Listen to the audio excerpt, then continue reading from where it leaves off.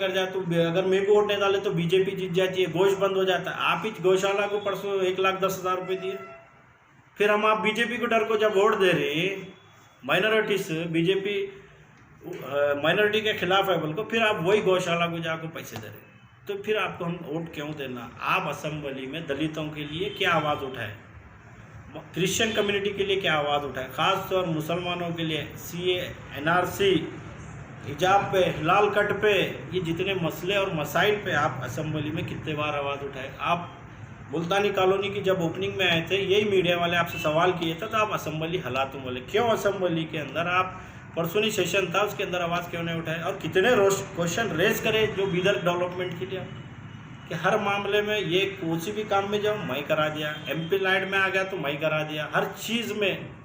तो आप बीजेपी से मिले वाले हैं बोलकर ही आप यहाँ पर लोगों को बेवकूफ़, आप और MP साहब दोनों मिलकर मिली भगत कर कर यहाँ की लीडरशिप को दबा रहे हैं आप दोनों मिलकर। हम चाह रहे हैं कि बीजेपी कांग्रेस छोड़कर एक तीसरा अल्टरनेट आए, ख़ासतौर गरीब अवाम की आवाज़ बनकर, यहाँ तो छोड़िए आप असेंबली में वो आपकी आवाज़ उठाए, वैसे लोग को आप इलेक्ट कीजिए।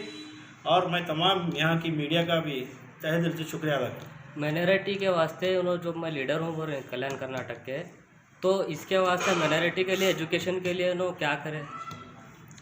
अब देखिए, पिछले टाइम में DMS वाले मैलूर में माइनॉरिटी के लिए स्कूल अलॉटमेंट हुआ था, वहाँ का स्कूल ले जाके आदर्श कॉलोनी में था, वहाँ से 2 से 2.5 किलोमीटर दूर हो रहा है। बोल रहे क्यों मैलूर में जगह नहीं है। मैलूर में आप लैंड आर्मी के सामने जगह है और हमारा गोदाम है, वहाँ से गोदाम शिफ्ट हुआ है। अब वो जगह पे जगह होनी कितनी 40-60 100/100 होना है, वो जगह आपका है।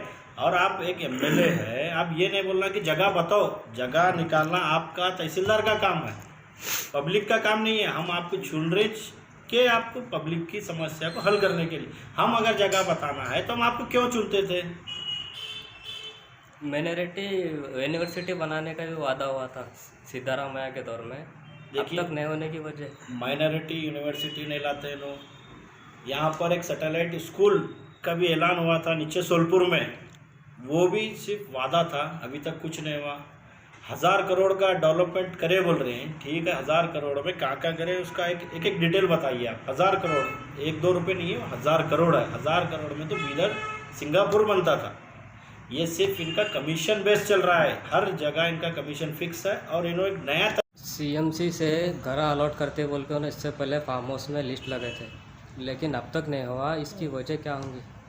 देखिए, इसकी वजह ये है, हर इलेक्शन आते ये लोग प्लॉट दे रहे, घर दे रहे, G+3 का फिर का जो इनकी स्कीम चल रही है, नया बेवकूफ़ बनाने का काम G+3 घर देने की स्कीम ऑनलाइन है।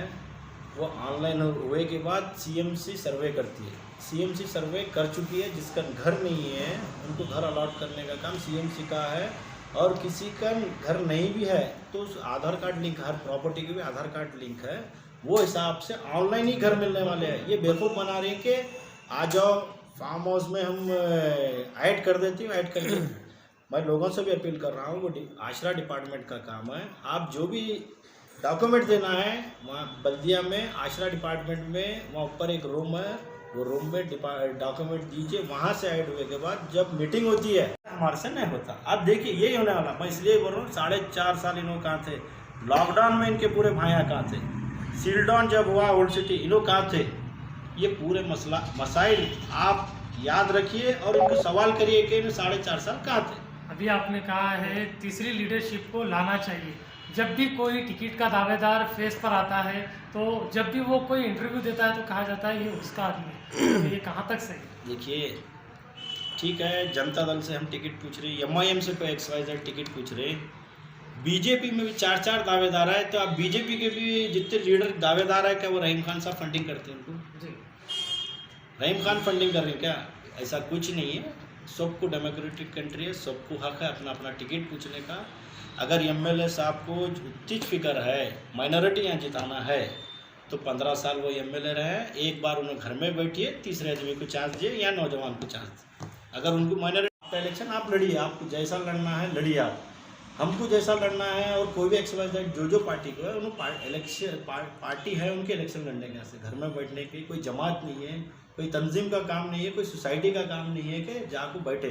पार्टी है, इलेक्शन लड़ने के लिए पार्टी बनती। एक शख्स है जो दलित समाज से है, उन्होंने कहा बीदर के विधायक ने अभी तक कोई भवन नहीं बनाया, अम्बेडकर भवन, तो उन्होंने फिर से मार्केट में निकलकर जितने भवन वो बनाए हैं वो बताना चालू करें।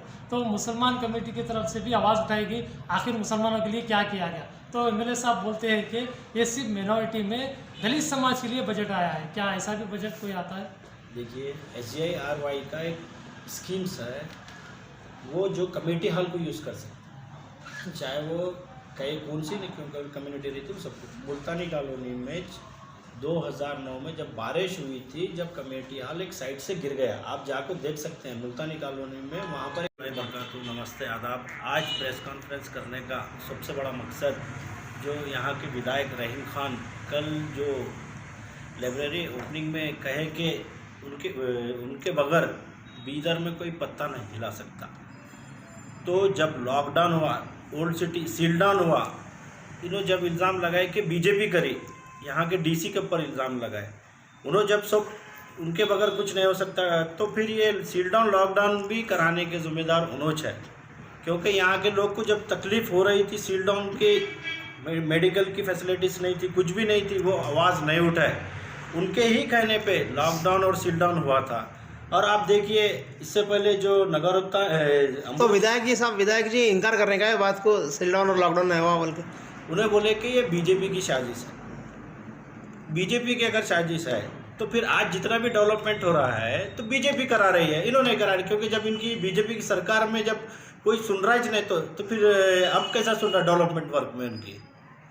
सर अभी क्या है जब पोस्ट करो कि मैं 2015 या 16 में 45 करोड़ रुपीस बीदर में, खासकर ओल्ड सिटी में 24/7 फेल हो चुका है। फेल होने की वजह से 24x फेल होने की वजह से अमृत स्कीम में 45 करोड़ रुपए रिलीज़ किया गया था, ऑर्डर हुआ था, जो मांजरा नदी से ओल्ड सिटी के लिए स्पेशल लाइन थी, क्योंकि यहाँ तक 24x7 का पानी नहीं पहुँचने की वजह से ये 45 करोड़ रुपए अमृत स्कीम में रखे थे। मगर जब ईश्वर खंडरे इंचार्ज मिनिस्टर थे, रहीम खान जब MLA थे, ये पैसा ले जाकर UGD 4th फेज में यूज़ किया गया न्यू सिटी के लिए।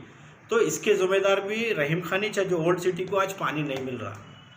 तो ये सब चीज़ें नो इधर का पैसा उधर ले जाकर डिवाइशन करे क्यों? क्या ओल्ड सिटी के इनको वोट नहीं होना? क्या ओल्ड सिटी वाले इनको आज तक वोट नहीं डाले? यहाँ पर देखिए पिछले 70 साल से कंटिन्यू लगातार पानी की तकलीफ़ हो रही है। मांजरा नदी का यहाँ ओल्ड सिटी को पानी आ रहा था, वो कैंसिल करके क्यों लग गए? क्या ओल्ड सिटी कभी इनको वोट नहीं दी? क्या हमेशा जब ओल्ड सिटी में 29,260 वोट के अंदर इनको 23,200 वोट मिले, बीजेपी को 6,700 वोट मिले, फिर भी ये ओल्ड सिटी के लिए नाइंसाफ़ी है यहाँ के विधायक, क्योंकि माइनॉरिटी रहते हुए ये माइनॉरिटी का नहीं। अस्सलाम वालेकुम, आदाब अर्ज़ है।